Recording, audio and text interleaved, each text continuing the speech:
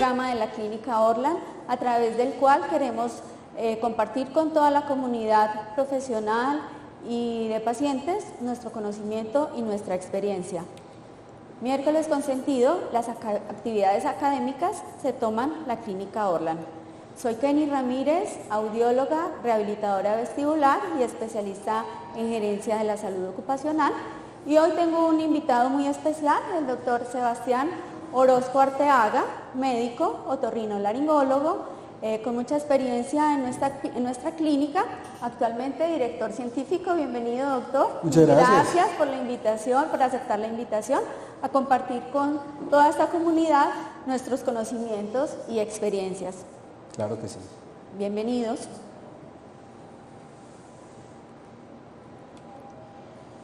Como coordinador científico, doctor, seguramente ha tenido experiencia con muchísimos pacientes. Le voy a contar algunos que yo he tenido, que he conocido, por ejemplo, una paciente con un vértigo crónico desde 2005 a la fecha en que la vi, 19 años, con posterior a una caída desde su propia altura, mareo que la paciente describía como 7/8/10 en una escala de vértigo bastante interesante, bastante fuerte. Otra paciente de unos 70 años con un alto componente emocional frente a sus síntomas, que llevaba más o menos unos 12 años de evolución. Dice que en el primer evento se le torcieron los ojos. Normalmente en los episodios aparecía con sudoración, palidez, bastante miedo antes de hablar y enfrentarse a sus síntomas. Inicialmente se daba la bendición antes de cualquier otra cosa. Una paciente de 75 años con un vértigo de inicio súbito, adicional tenía un dolor de cabeza, dolor en el oído izquierdo, una parálisis facial hacia su lado izquierdo también, además ausencia de visión congénita de ese ojo izquierdo. La resonancia magnética nos mostraba pues un compromiso también a nivel de schwannoma vestibular. Una mujer de 41 años con crisis vertiginosas de intensidad y duración variables, generalmente percibía un tinnitus unos 5 minutos antes de que empezaran sus síntomas vertiginosos, que llevaban a la fecha 5 años de evolución. Una paciente, vértigo posterior a una caída, inicialmente fue canal posterior derecho, trabajamos varias sesiones y al final un vértigo que se convirtió en horizontal. Una paciente que adicionalmente tenía compromiso musculoesquelético, rodillas bastante comprometidas, apoyo de la marcha, edad, peso bastante complicada. Paciente masculino, inicialmente llegó con un diagnóstico de vértigo posterior izquierdo, fácil de trabajar, pues tenía una radiculopatía cervical que complejizaba un poco el caso. Cuéntanos, y hay otro casito aquí de una paciente con una historia larga de vértigo de clínica periférica, pero luego hizo también un accidente cerebrovascular y entonces pudo haber sido un vértigo mixto. Cuéntanos, doctor, ¿algún caso así que te haya llamado la atención? No, pues... A estas alturas recuerdes. Todos los días vemos casos muy complejos, son pacientes que, como los han mostrado acá, muchas edades, jóvenes, viejos, síntomas de 1 año, de 5 años, de 10 años, de toda la vida. Y bueno, creo que en este ratico vamos a tratar de entender un poco mejor acerca de esos pacientes. Lo dejé en esta diapositiva, Doc, porque estamos hablando ahí de que el equilibrio es un asunto que va desde la cabeza hasta los pies, ¿cierto? Esa parte es importante para ustedes como médicos que inicialmente reciben al paciente, determinar como todo el estado físico inicial con el que el paciente llega a su consulta, ¿cierto? ¿Quisieras dar como algún consejo al respecto para los profesionales que nos están viendo? Sí, claro, el equilibrio es un sistema que es muy complejo desde el punto de vista fisiológico. Digámoslo así, que tradicionalmente hemos hablado de un trípode donde está el sistema visual, propioceptivo y vestibular, pero realmente pues es mucho más complejo que solamente hablar de esos tres sistemas. Aquí hay una integración también de la parte cerebelosa, de la corteza, del sistema límbico. Entonces es un asunto que va desde lo osteomuscular, obviamente ustedes que ven al paciente allí pues todo el tiempo moviéndose, y va hacia un montón de situaciones que afectan ese sistema del equilibrio, que es el que finalmente pues, le genera todos estos síntomas al paciente. Es correcto, doctor. En este miércoles consentido hemos seleccionado 3 temas que son bastante complejos: vértigo, mareo e inestabilidad. Los englobamos en un solo tema porque es muy frecuente que un paciente, después de un episodio vertiginoso, persista con mareo y a la larga también se genere una inestabilidad. Hoy queremos entonces, doctor, revisar las claves que podemos tener en cuenta para realizar un diagnóstico integral y eficaz. Hablamos de integral porque, pues, así como lo decías, van a intervenir varios profesionales en razón de buscar la causa y buscarle solución a la situación del paciente. Y eficaz porque queremos que sea lo más rápidamente posible. Estos pacientes que llevan días, meses o años, inclusive décadas, pues están sufriendo bastante. Revisemos entonces rápidamente qué sería un diagnóstico médico. En el diagnóstico médico lo que queremos es prevenir una enfermedad o evitar que ese padecimiento se agrave a través de los cuidados y los tratamientos más convenientes. Es decir, que el diagnóstico sería el punto de partida y por eso es clave en este programa que estamos realizando hoy. Para llevar a cabo un diagnóstico médico, entonces es necesario considerar síntomas, el historial clínico del paciente y, de ser necesario, hacer estudios complementarios. ¿Tú pondrías alguna de esas 3 partes como más importante que la otra? Historia clínica, examen físico, exámenes complementarios, ¿no? No, yo creo que es una suma de varias cosas. Yo creo que tal cual como a veces se lo mencionamos a los pacientes, es como un rompecabezas. Y en este rompecabezas, pues las fichas son cada uno de estos aspectos. Y finalmente uno ve la imagen completa, es cuando coloca la última ficha. Entonces no hay pues como algo que pese más sobre otro, es una conjunción de todos estos factores, y lo que tú dices es muy importante. Sin diagnóstico, a veces el tratamiento se complica mucho. Yo creo que tú y todos los terapeutas pues lo viven todos los días, que a veces llegan los pacientes sin diagnóstico, o muchas veces está el esfuerzo de ustedes de tratar de entender o de diagnosticar al paciente, y ahí pues a veces hay muchas falencias también en nuestro sistema de salud, pues precisamente por esa falta de experticia o falta de hacer un buen diagnóstico. A veces hay diagnósticos fáciles, entre comillas, sobre todo en los pacientes que están recién pues, con los síntomas, y a veces hay diagnósticos que llegan a ser muy complejos y que uno se puede demorar incluso varias sesiones o varios meses para llegar a un diagnóstico preciso, y eso es lo más importante. Es correcto, doctor. Importante entonces recordar que los profesionales de la salud somos los llamados a identificar y determinar exactamente cuál es la situación de salud de este paciente para poder establecer el tratamiento adecuado. Como le digo yo a muchos de mis pacientes, si no sabemos para dónde vamos, cualquier bus, cualquier ruta nos sirve, ¿cierto? Entonces la idea es establecer un diagnóstico lo más preciso posible.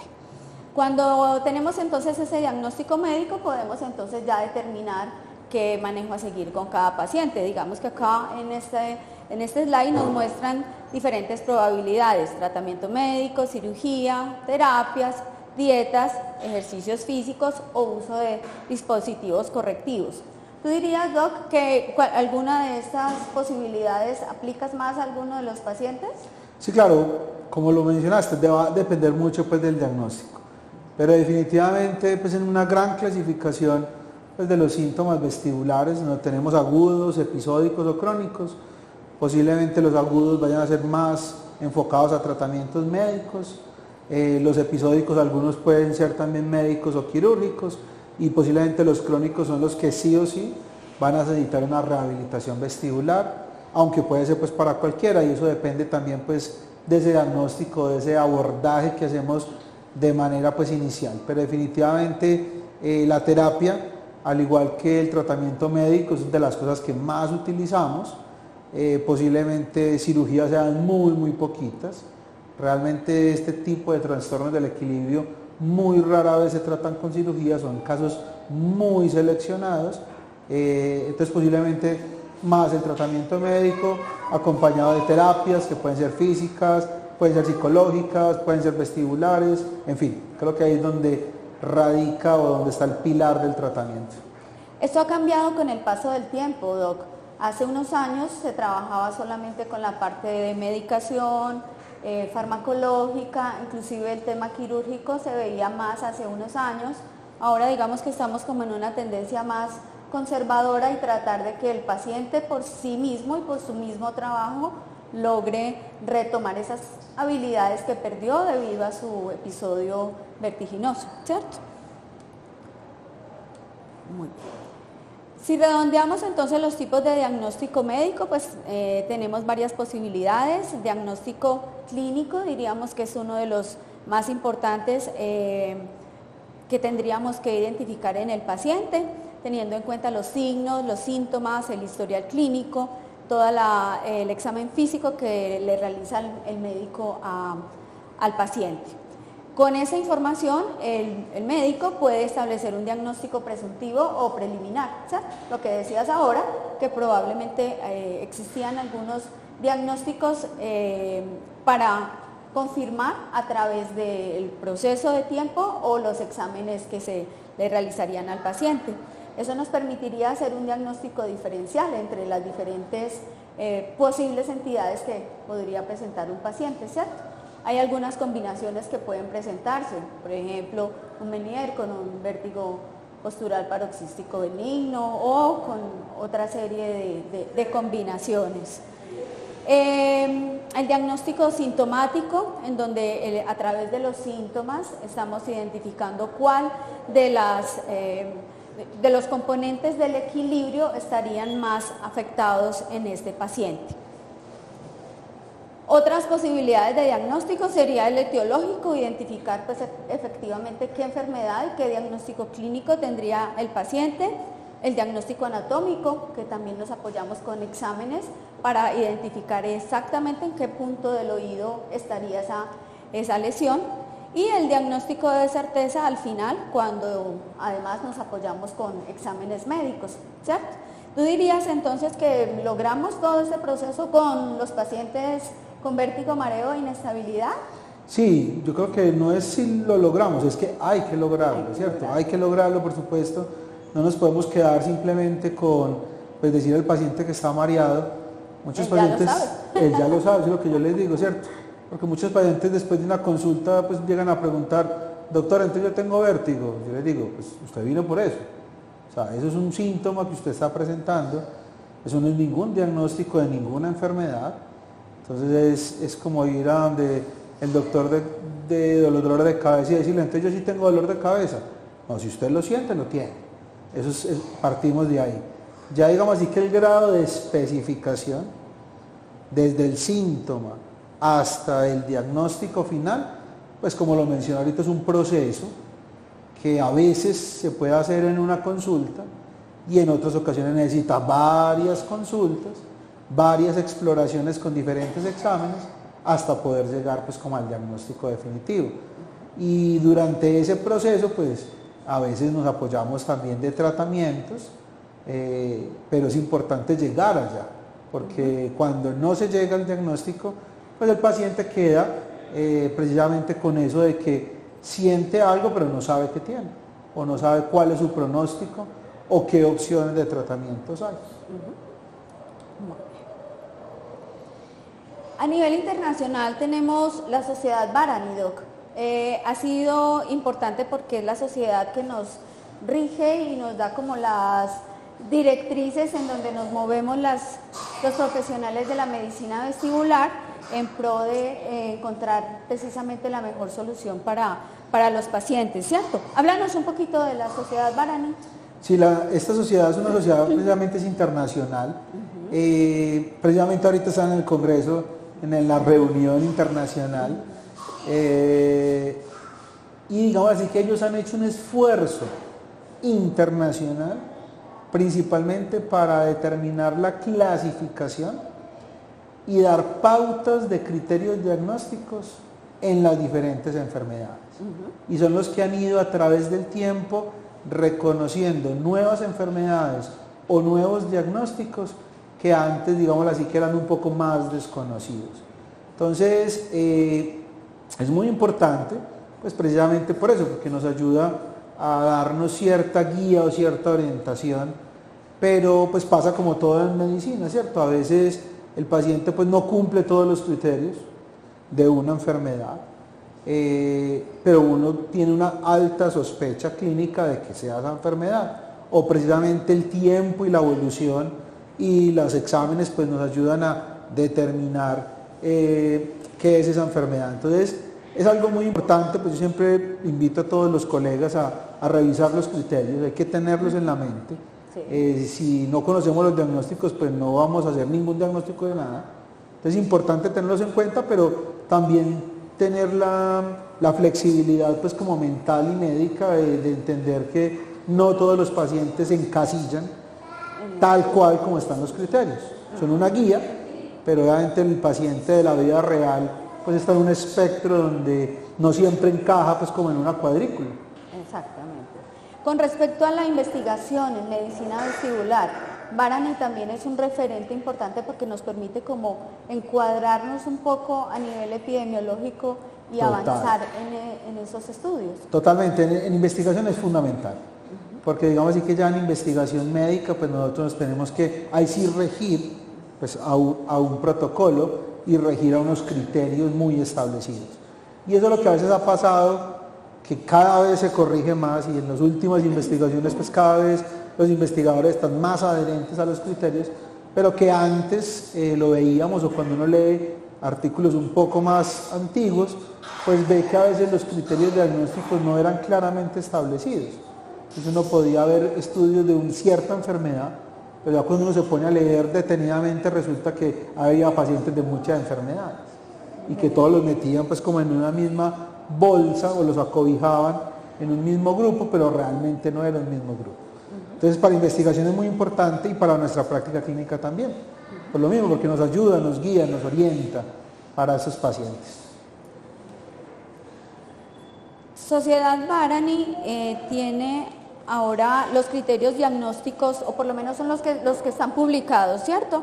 Migraña vestibular, y tiene una actualización a través de el tiempo, generaron una actualización respecto de la migraña vestibular.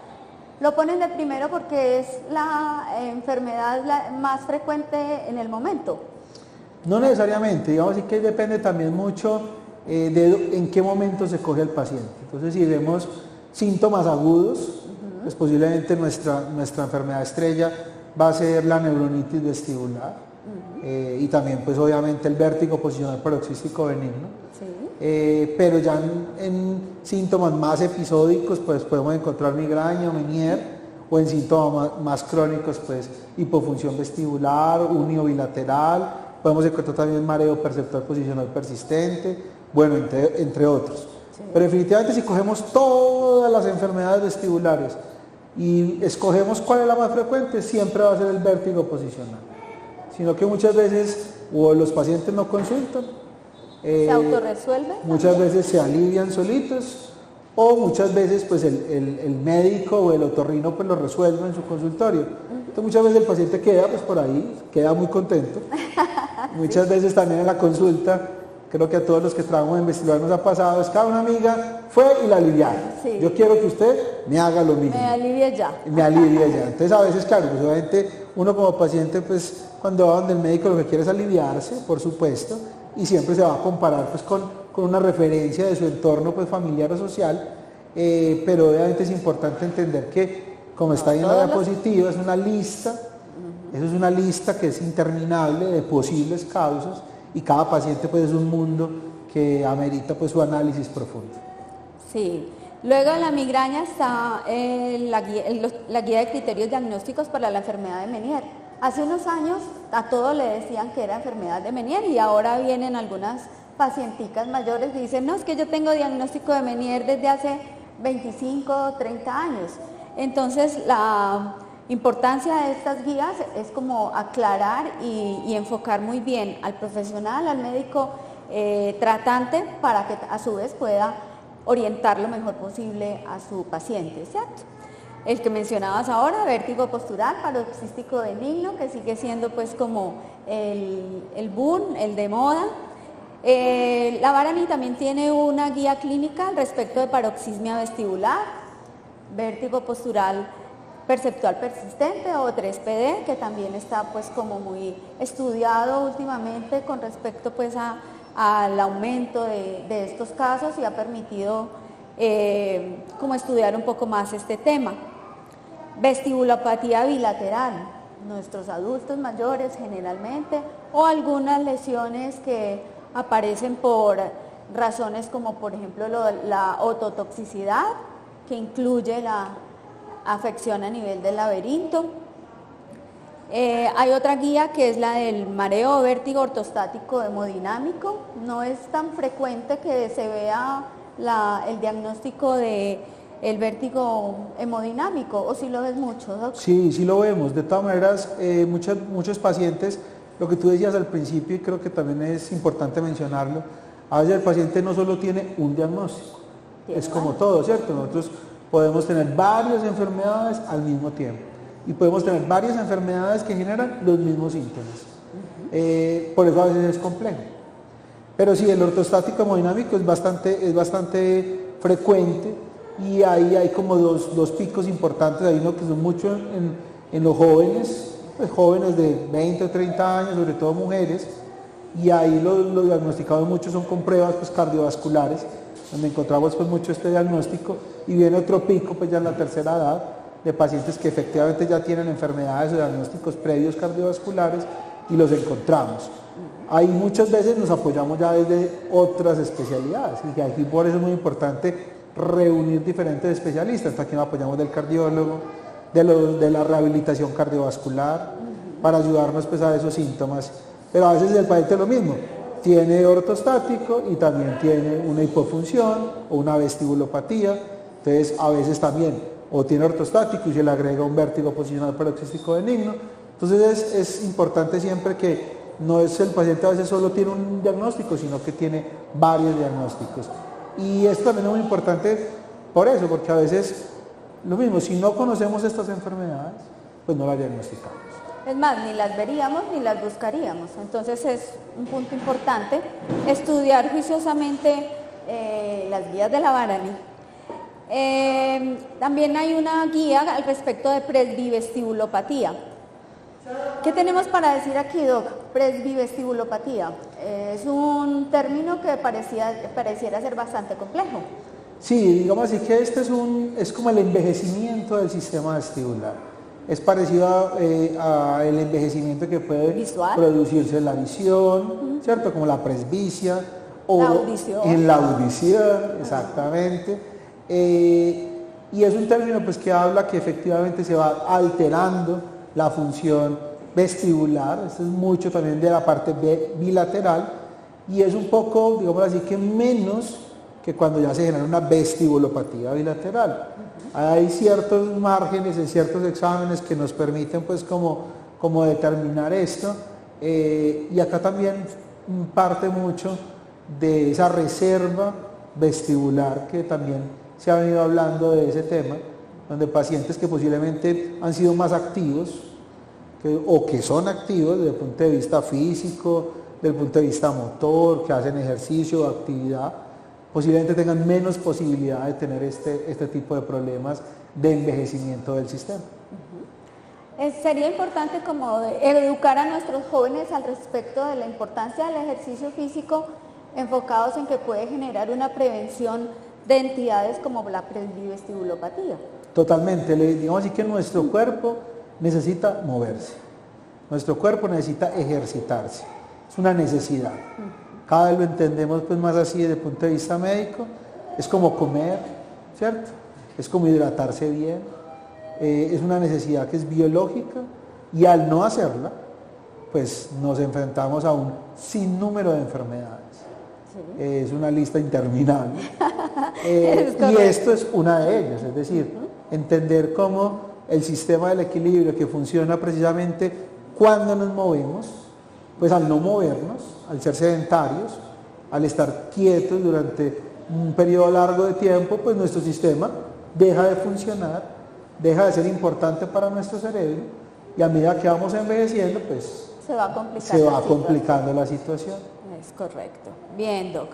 El síndrome del mal de Bartman, que lo hemos hablado también en algunas circunstancias con respecto a los pacientes que al descender de un vehículo, un barco, tienen estos síntomas. Háblanos un poco de ello. Sí, es como llaman un poco exótico, pero es bastante pues, interesante, es precisamente eso. Es un paciente que va en una lancha, va en un crucero, va en un viaje en barco largo, y al bajarse, pues obviamente durante el viaje siente mareo, y al bajarse también, y Persiste. queda con esa sensación de mareo, que usualmente pues es benigno en la mayoría de los casos, y luego de unos días pues, el paciente ya está bien, pero a veces se complica, el paciente sufre bastante pues, síntomas, y pues todos los exámenes salen normales, porque no es una alteración de la función del sistema, sino que fue una desregulación durante el viaje de ese sistema del equilibrio.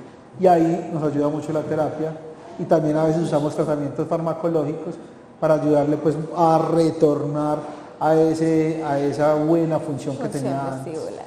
Muy bien.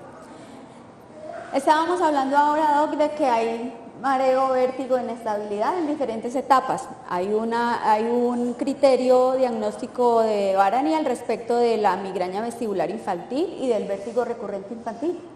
¿Qué pudiéramos decir al respecto de estos diagnósticos, Doc? Sí, a veces es algo que nos sorprende, pues, o de pronto a los padres, y creíamos que era muy raro, pero resulta pues que no es tan raro, ¿cierto? Incluso desde un síntoma pues que es la cinetosis, que recordemos que es esa sensación pues de mareo precisamente cuando estamos, por ejemplo, viajando en un carro de pasajeros, no tanto manejando, porque manejando estamos pues precisamente previendo hacia dónde va a girar el carro, tenemos la mirada fija en un punto en el horizonte, sino más es cuando somos de pasajeros. Entonces esos niños que los montaban en el carro y vomitaban todo el viaje, entonces decían, no, eso es normal. O esos niños que mantenían en el piso, que se caían todo el día, no, eso es normal de los niños. Entonces a veces en los niños normalizábamos mucho eso, pero claro, ya pues obviamente hay unos padres que son más educados o más pendientes o que consideran que no todo es normal y empezamos a ver pues como estos diagnósticos desde niños y adolescentes, y ahí pues también hay un montón de pruebas, de revisar pues muy bien a los pacientes y de ayudarlos con diferentes opciones de tratamiento. Ahora que mencionaste el tema del niño que vomita desde que se va a subir al carro, está el tema también de los medicamentos antivertiginosos o sedantes vestibulares, que aún continúa siendo de libre venta, de consumo masivo y puede finalmente cronificar muchos de estos síntomas vestibulares. Tenemos un estudio al respecto de esto, ¿cierto, Doc? Sí, digamos así que los medicamentos pues, vestibulares tienen pues, su indicación y su uso. Y son inventados pues, precisamente para mejorar esos síntomas. Pero hay muy pocas indicaciones de todos los diagnósticos que vemos ahí donde se recomienda usarlos de manera prolongada. En la mayoría de los casos su recomendación es usos cortos, máximo una semana, o usarlos ocasionalmente, que también se recomienda por ejemplo un día a la semana. El uso prolongado de estos medicamentos puede afectar la función del sistema del equilibrio y en generar empeoramiento de los síntomas. Entonces el paciente piensa que el tomárselos todos los días se va a aliviar algún día, o piensa que, por ejemplo, a los que les dan como episodios o crisis, que no les va a dar la crisis. Entonces muchas veces pues alentamos al paciente a que lo suspenda y muchos pacientes también refieren que después de suspenderlos pues hasta se mejoran, sí, o se sienten pues que los síntomas disminuyen un poco. Entonces sí, el uso es como todo, ¿cierto? Si uno va a una farmacia y dice que está mareado, pues le van a vender un medicamento de estos, y ya muchas veces el paciente automedicado o a veces recomendado por los médicos, pues empieza a tomarlo, a sobreusarlo, ¿cierto? Entonces esa no es la forma de manejar este tipo de problemas. Ese no sería el ideal. Otro criterio diagnóstico del que nos habla la Varani es el síndrome de dehiscencia del canal semicircular superior. ¿Se relaciona con qué, Doc? Expliquémosle al público. Claro que sí, entonces recordemos que dentro de nuestro oído pues, interno hay unos canales semicirculares y hay uno pues, que precisamente es el superior, que está justo en el límite entre el cerebro y el oído. Él es como un conducto y está cubierto por hueso. Entonces algunos pacientes, este hueso se puede adelgazar o llegar a desaparecer y queda el canal con su contenido en contacto directo pues, con nuestro cerebro. El problema es que nuestro cerebro pues, tiene múltiples vasos y usualmente estos vasos mueven mucha sangre, porque nuestro cerebro necesita mucha sangre. Entonces esas palpitaciones que siente nuestro cerebro o que se transmiten en nuestro cerebro, pues se transmiten dentro del oído y puede generar síntomas de mareo, de vértigo, de inestabilidad o también de tinnitus en algunos pacientes. Y es un diagnóstico pues que se hace, pues ahí sí o sí tiene que ser con tomografía. Es un examen que nos permite ver muy bien los huesos, pero obviamente se sospecha por las características de los síntomas del paciente. Correcto, doctor. Para finalizar en los criterios diagnósticos de Varani, pues nos hablan en una guía específicamente del mareo por movimiento, que vendría a ser similar a las que habíamos visto de la cinetosis, vértigo vascular y mareos, la vestibulopatía unilateral aguda o la neuritis vestibular, que ya la habías mencionado ahora, y también la Varani generó una posición al respecto del mareo cervical. Existe todavía la controversia de si el cuello es el causante o es una víctima de los síntomas vestibulares. ¿Qué piensas al respecto, Doc? Sí, digamos así que en el cuello pues pasan varias cosas, ¿cierto? Y también es muy frecuente que los pacientes tengan problemas cervicales previos a los síntomas vestibulares. Problemas cervicales como problemas de las vértebras, de los discos, compresiones del canal pues, medular, que es donde pasan todos los nervios pues, hacia el resto de nuestro cuerpo. Y también pues, es importante, y obviamente también está el mareo, el vértigo vascular, es que por nuestro cuello pues, pasan dos arterias que son muy importantes, que son las arterias vertebrales, y dan precisamente la irrigación a esa parte más posterior de nuestro cerebro, precisamente donde están nuestros nervios del equilibrio y el cerebelo. Entonces ciertas compresiones o disminuciones del flujo pueden verse relacionados con síntomas que pueden estar generados pues, por ese tipo de movimientos. Y también pues, está el otro panorama, y es que precisamente como el sistema del equilibrio está generado por nuestros movimientos, entonces muchos pacientes ven el aumento de los síntomas al mover su cabeza, para los lados o para adelante o para atrás. Entonces, inconscientemente o a veces conscientemente, disminuyen la frecuencia de esos movimientos y la amplitud de los mismos. Entonces empiezan a generar una rigidez cervical. Claro, entonces si le estamos mandando el mensaje a nuestro cerebro de que no podemos mover la cabeza, entonces empezamos a mover ya todo nuestro cuerpo. Obviamente como todo lo que dejamos de usar, entonces estas articulaciones empiezan a pegar, estos músculos empiezan a contraer, pierden flexibilidad, y entonces el paciente puede empezar con dolores cervicales o sentir pues empeoramiento de los síntomas con eso, y lo vemos pues con mucha frecuencia. Entonces a veces es como el clásico pues cuento que no sabemos si fue primero el huevo o la gallina. Sí. Puede ser una consecuencia, pudiera llegar a ser una causa en casos muy seleccionados, y es importante siempre tratarlo, ¿cierto? ¿Algún mensaje, Doc, para los jóvenes que vemos en este momento con esas posturas de cuello complicadas, con su celular, con sus dispositivos electrónicos, sobre saturando la postura y toda la situación del cuello al respecto? Sí, claro que sí, yo creo que cada época trae sus problemas pues osteomusculares, ¿cierto? Pues obviamente nuestros abuelos en las fábricas pues eran unas condiciones laborales pues muy precarias, ruido impresionante, y lo vemos pues con muchos casos de problemas de audición, problemas de las articulaciones de las rodillas, de los hombros, de los codos, porque eran unas condiciones de mucho esfuerzo físico. En las generaciones de ahora pues todo es pantallas, ¿cierto? Entonces computador, celular, tablets. Entonces nuestros jóvenes ya ahora están expuestos a otros problemas.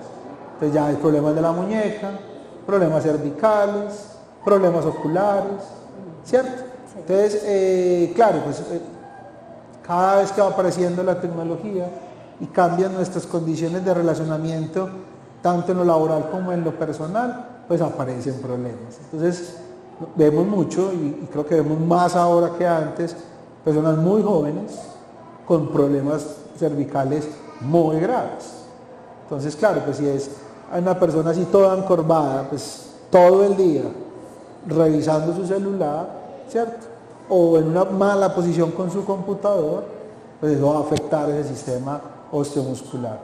Entonces creo que es evidente pues para ellos, a veces uno no lo hace consciente de tener una adecuada postura pues en todo momento, tanto en lo laboral como en lo personal o en lo escolar, porque a veces vemos pues a nuestros estudiantes así como desparramados, como lo decimos, en la silla o en el pupitre, y uno ya sabe que pues va a tener un montón de problemas pues como en el futuro. Más adelante.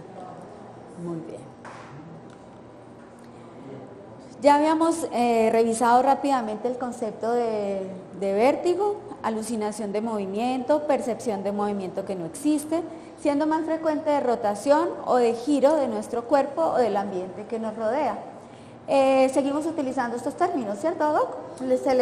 Se le pregunta al paciente si su sensación es efectivamente vertiginosa, es decir, que él siente que se está moviendo o que su entorno se está moviendo. Generalmente son síntomas de un inicio súbito y son de corta duración. Casos en donde la Varani nos habla del vértigo, de ese vértigo periférico típico, pues están las guías de vértigo postural paroxístico benigno, la neuritis vestibular, enfermedad de Meniere, paroxismia vestibular, vestibulopatía bilateral y la dehiscencia del conducto superior.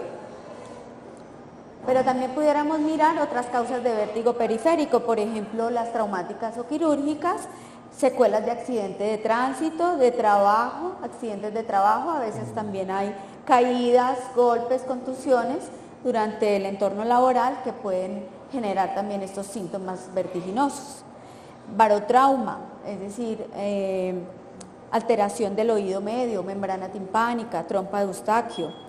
Cuando hay accidentes vasculares en el oído interno, sordera súbita, trauma acústico, que lo estabas mencionando ahora, la exposición permanente a vibración, por ejemplo, en el entorno laboral, y la tercera ventana, que se produciría por la dehiscencia del conducto semicircular superior. Otro tipo de vértigo periférico, y allí estaríamos más enfocados a el diagnóstico etiológico como tal, serían las lesiones en el nervio vestibular, paroxismia vestibular, vestibulopatía, presbivestibulopatía y más específicamente la neuritis, que generalmente es unilateral, pero pudiera ser bilateral, y el neurinoma del acústico o el schwannoma vestibular. Digamos que estos síntomas vertiginosos de origen periférico por lesión en el nervio no son tan frecuentes como cuando hay lesiones como tal en el laberinto vestibular, en los conductos semicirculares, o qué dirías si son igual de frecuentes.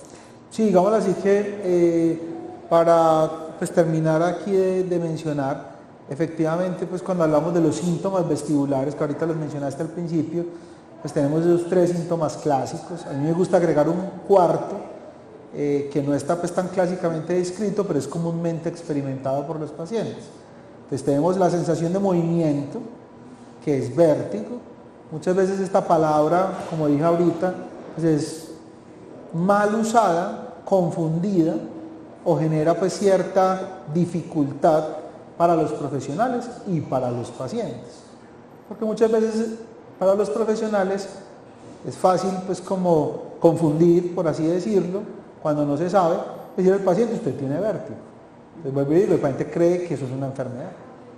No, el vértigo, como lo mencionaste, es una sensación de movimiento y es uno de los síntomas. Que hay enfermedades que puedan producir ese síntoma con más frecuencia que otras, es así. Pero no es una camisa de fuerza, que es lo que yo mencionaba ahorita. No todos los pacientes, voy a decir cualquier cosa, que tienen vestibulopatía bilateral van a tener el síntoma de vértigo. No todos los pacientes que tienen enfermedad de Meniere van a tener el síntoma de vértigo. Pueden tener alguno de los síntomas vestibulares o todos. El segundo, que es el que llamamos como mareo, ¿cierto? Que es el clásico que el paciente dice, siento el enbombamiento, siento el malestar en el cuerpo, siento la cabeza grande o pesada. Y precisamente el tercero, exactamente, y el tercero, que es la sensación de inestabilidad, siento que me voy para los lados, siento que me voy a caer, me tengo que agarrar de las cosas. Siempre le digo a los colegas, no le pregunte a su paciente si tiene vértigo, es que él no sabe. Pregúntele, es por la sensación. ¿Cómo expresa el paciente la sensación? El paciente dice, todo me da vueltas. Ese es un vértigo. Es una licuadora. Siento que algo se mueve o que algo gira dentro de mi cabeza. Son las expresiones que usa el paciente y así debemos preguntar. Porque si no el paciente... hablan del mareo, se me van las luces. Se me van las luces. Siento que voy en un barco. Exactamente. ¿Qué otras cosas te dicen? No, eso pues es un montón de cosas porque muchos pacientes lo relacionan con otro tipo de cosas cotidianas. Entonces es como cuando uno se marea en el carro, es como cuando uno le toma licor, ¿cierto? Es como si estuviera en un barco o si el piso se mueve, ¿cierto? Pero es importante escucharlo y también preguntarle puntualmente por el síntoma. Y el cuarto, que vuelvo y le digo, es como una ñapa, son los síntomas autonómicos. Son muy frecuentes, son las náuseas, el vómito, la sudoración, la palidez, sensación de frío, sensación de calor.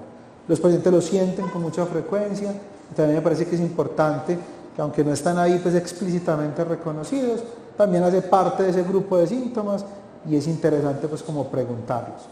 Entonces, eso como para retomar a la pregunta, ¿dónde está más el problema? ¿En el nervio o en el laberinto? Que si es del nervio entonces genera más vértigo o que si es del laberinto genera más inestabilidad, eso no es una camisa de fuerza. Hay causas en todas partes, desde el laberinto hasta el nervio, tallo cerebral, problemas de la corteza cerebral, del cerebelo, problemas oculares, ¿cierto? Problemas propioceptivos. Hay un montón de problemas que todos se juntan y afectan nuestro sistema del equilibrio, que finalmente, y recordémoslo, que está dentro de nuestro cerebro. Sí. O sea, el oído es parte fundamental, pero el equilibrio está controlado y se entiende para nuestro cerebro en unas conexiones que están desde el tallo hasta el tálamo, cerebelo y corteza. Y toda esa unión forma el sistema del equilibrio ahí dentro de nuestro cerebro. Entonces, ¿qué pasa?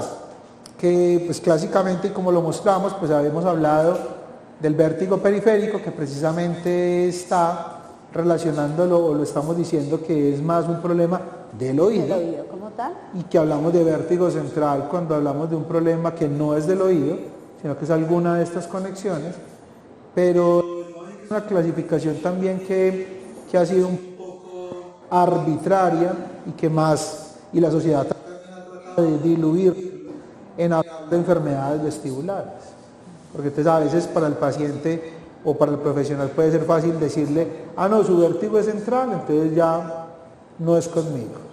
No, es que cada uno de nosotros tiene que tratar de ayudarle al paciente, sea el origen que sea, y con los diferentes tratamientos que tenemos para eso. Que tenemos ahí a disposición. ¿Ven? ¿Continúa? Bueno.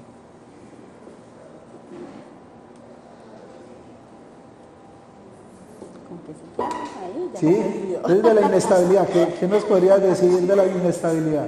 Tú creo que lo vives todos los días, ¿no? Sí, el paciente normalmente cuando siente inestabilidad ya lo que describe es que me pongo de pie y como que me empujaran. O cuando voy caminando es como si fuera de ladito. Es que salgo a caminar con mi hija y me dice que la voy empujando. Entonces ahí los pacientes nos demuestran que el equilibrio tanto estático como dinámico puede estar realmente comprometido. Claves entonces, Doc. Historia clínica, elaborarla lo más completa posible. Revisar características del evento inicial, los diagnósticos previos del paciente. Y hay una cosa muy interesante que veo que haces mucho en tus historias y son las encuestas para establecer los indicadores iniciales de cada paciente, ¿cierto? Es muy interesante porque si nosotros no medimos al principio, pues no vamos a saber al final si el paciente avanzó o no avanzó, cómo estuvo su proceso. Cuéntanos un poquito de estas encuestas que realizas con los pacientes. Claro que sí, yo siempre, pues a todos los que están viendo pues este video, yo siempre me gusta, precisamente dado por la Sociedad de Varani, mencionar los 3 síndromes que ahorita los mencioné.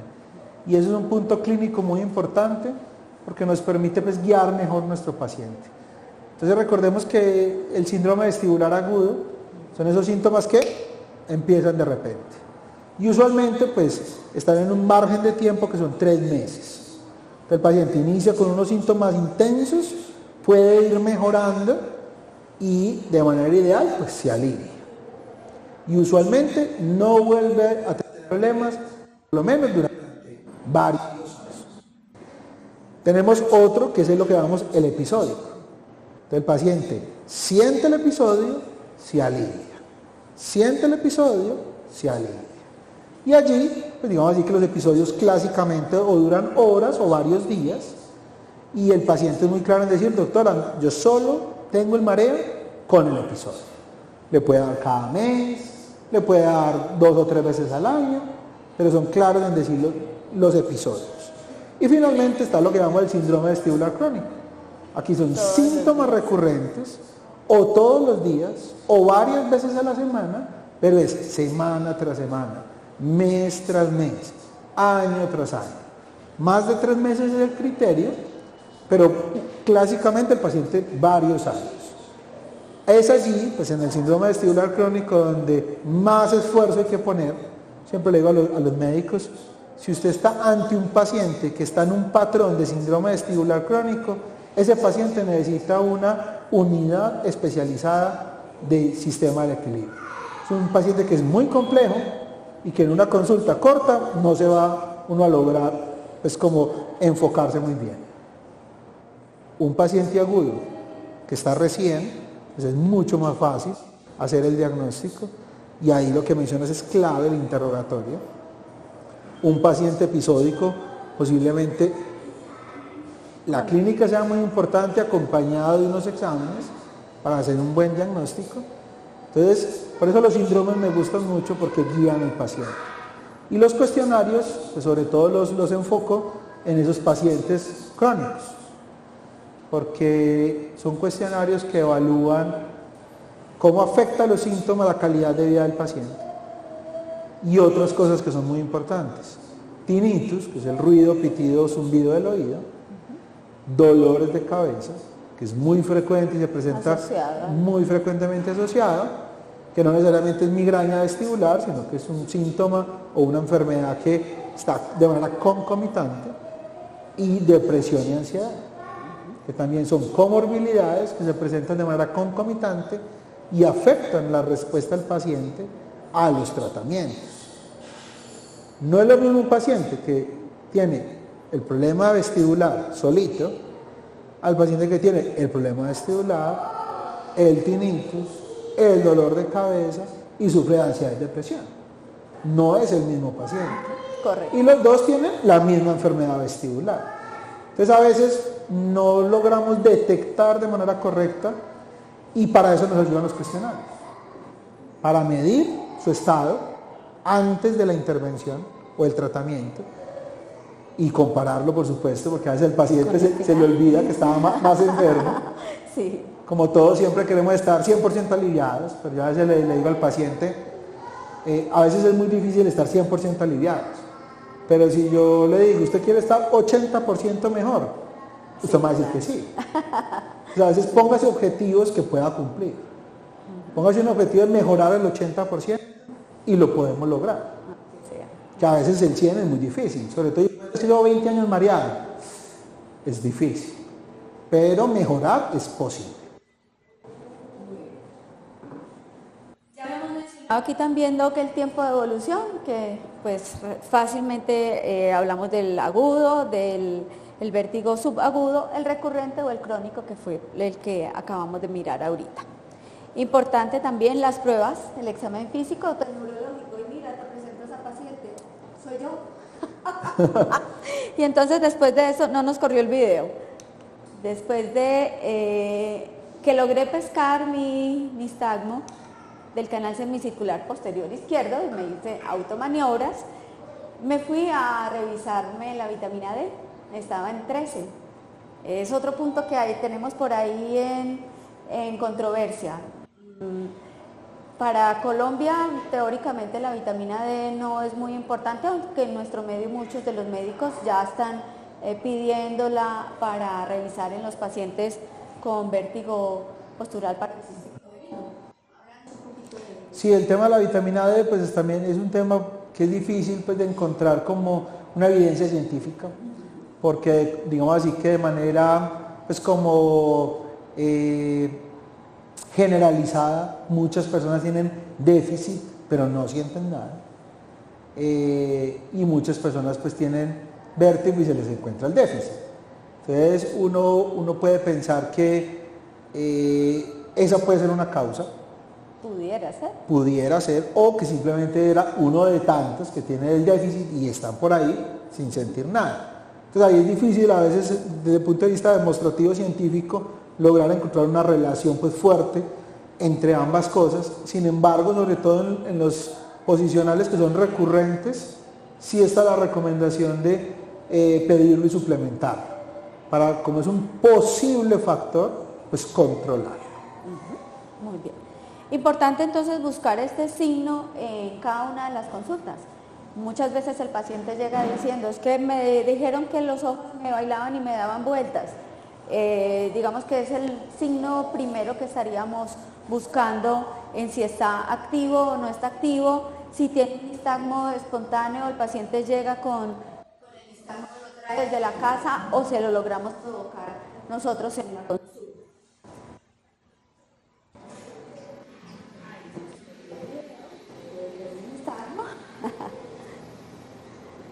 Muy bien.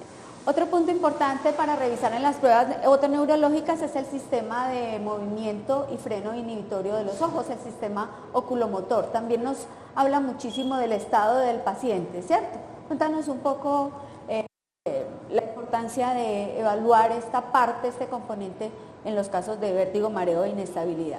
Claro que sí, o sea, el examen físico es fundamental. Y allí hay unas pruebas pues, que debemos de hacer. Unas pues que son que un valor pues más en ciertas enfermedades que otras, pero como a veces no sabemos qué tiene el paciente, pues nos toca hacer pues toda una batería de pruebas semiológicas. Digamos así que hay algunas personas que lo han expresado de esta manera, es como que los ojos pues son como la ventana al sistema vestibular. ¿Por qué? Pues porque digamos así que el reflejo vestibulocular es un reflejo que es muy importante para nuestro cuerpo. Lo usamos todos los días y su afectación genera diferentes hallazgos semiológicos, como en nistagmos. Pero también el sistema oculomotor solito, cuando se altera, pues puede generar síntomas.